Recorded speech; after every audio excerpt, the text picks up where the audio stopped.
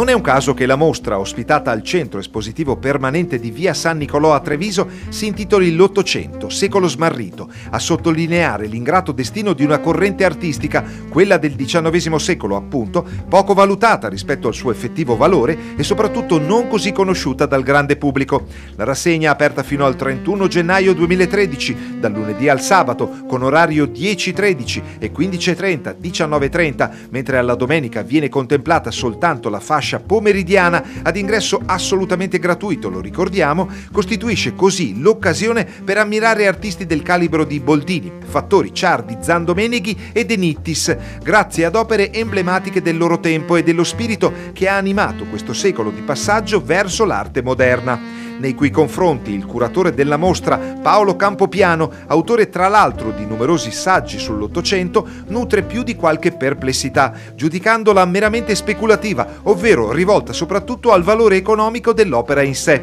Un modo per riscoprire l'Ottocento dunque, di cui non è sempre così facile reperire le testimonianze artistiche. Ormai i dipinti più importanti sono tutti in grandi collezioni e dato il momento, diciamo, così abbastanza difficile,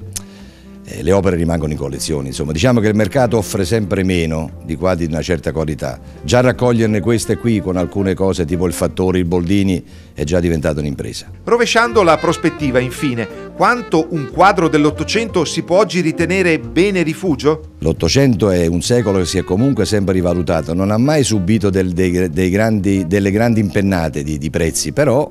bisogna dire che se uno ha acquistato un dipinto 20 anni fa, sicuramente se oggi dovesse rivenderlo non è che ci rimette più del 20-30%, non ci rimette, insomma non ci perde, ecco, tutto qui.